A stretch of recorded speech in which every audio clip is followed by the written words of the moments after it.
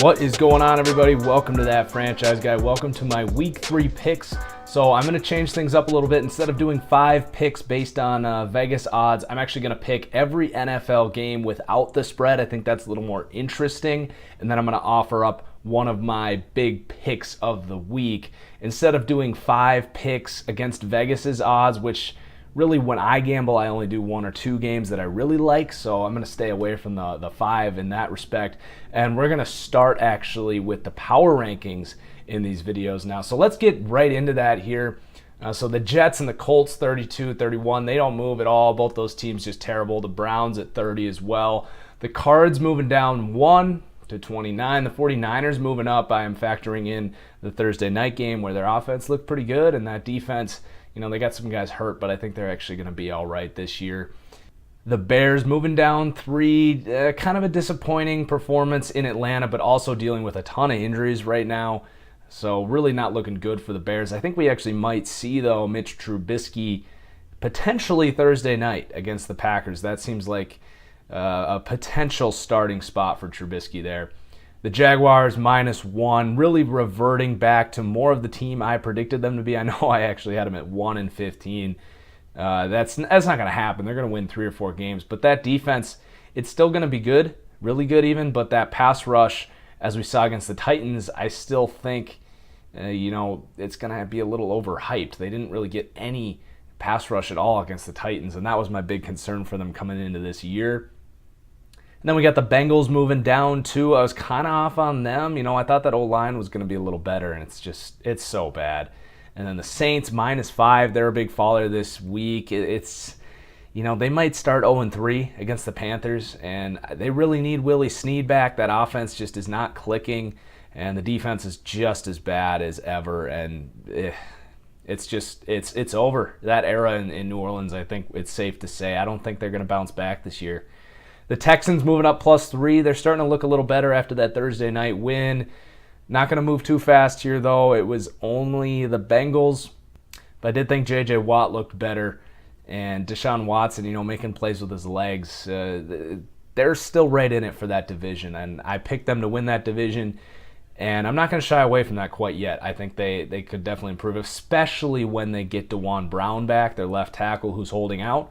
That'd be a huge impact there. The Giants -6, and I went back and rewatched my deep dive on the Giants, and that was definitely my best call of the year. I mean, Chris Sims, Bleacher Report, not that he's the best, but he had the Giants as the number 1 team in the power rankings, and I basically said they would go 8-8 and underwhelm and not make the playoffs, and that their offense was going to suck, and that is exactly what we're seeing. I know Odell's not healthy, but Eli Manning is a bottom 5 or 6 starting quarterback right now, and I think the Giants are in for a long game tomorrow against the Eagles as well.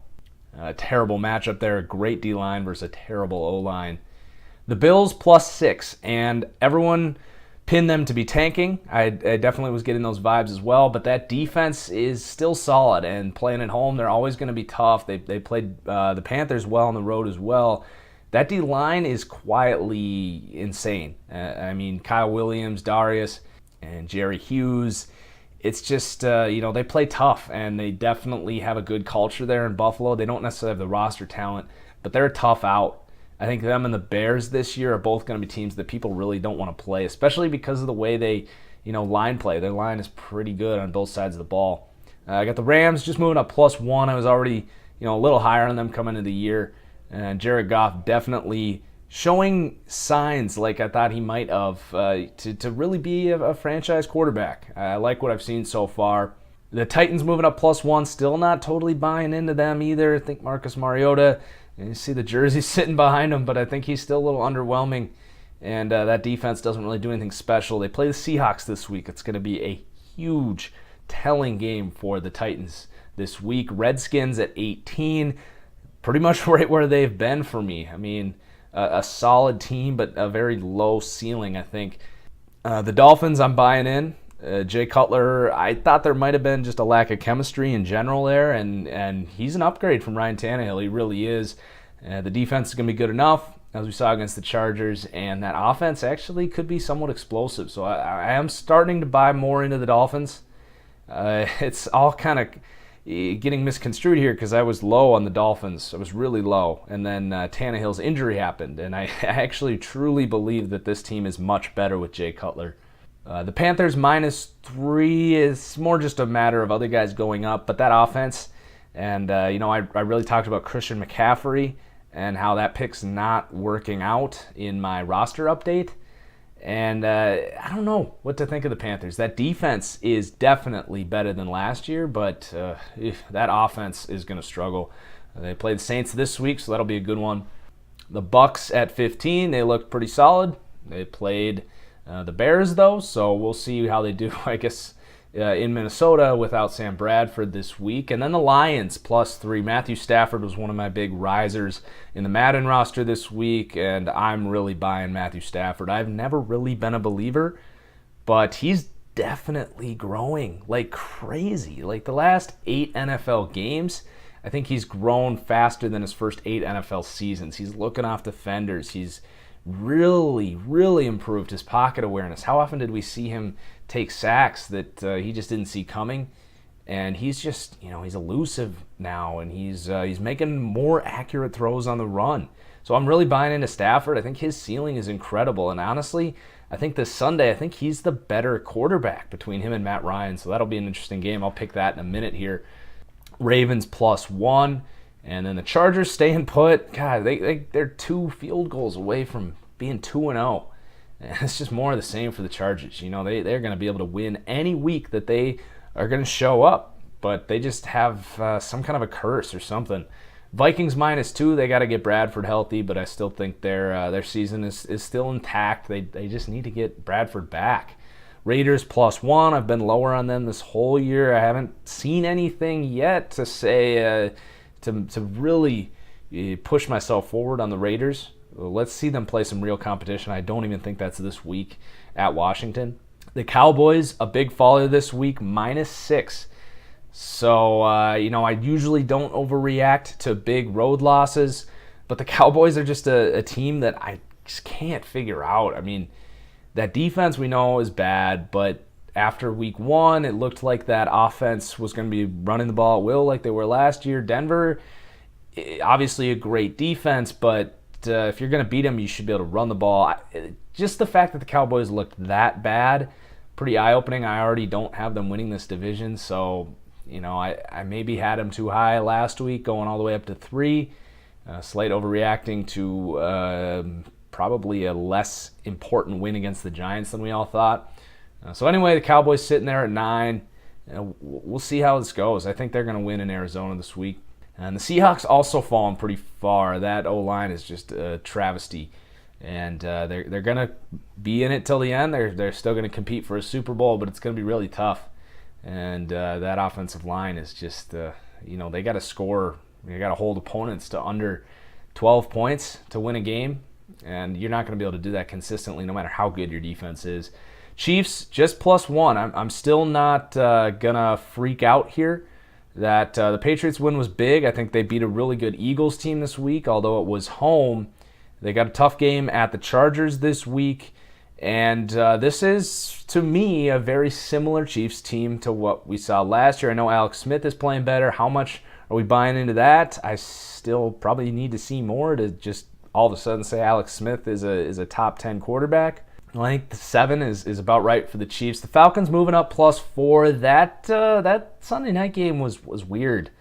I definitely want to give them credit, but they beat a Packers team playing without all of their good players minus Aaron Rodgers, including the 2 offensive tackles. That was really the only thing that made that team a contender last year outside of Rodgers, obviously. But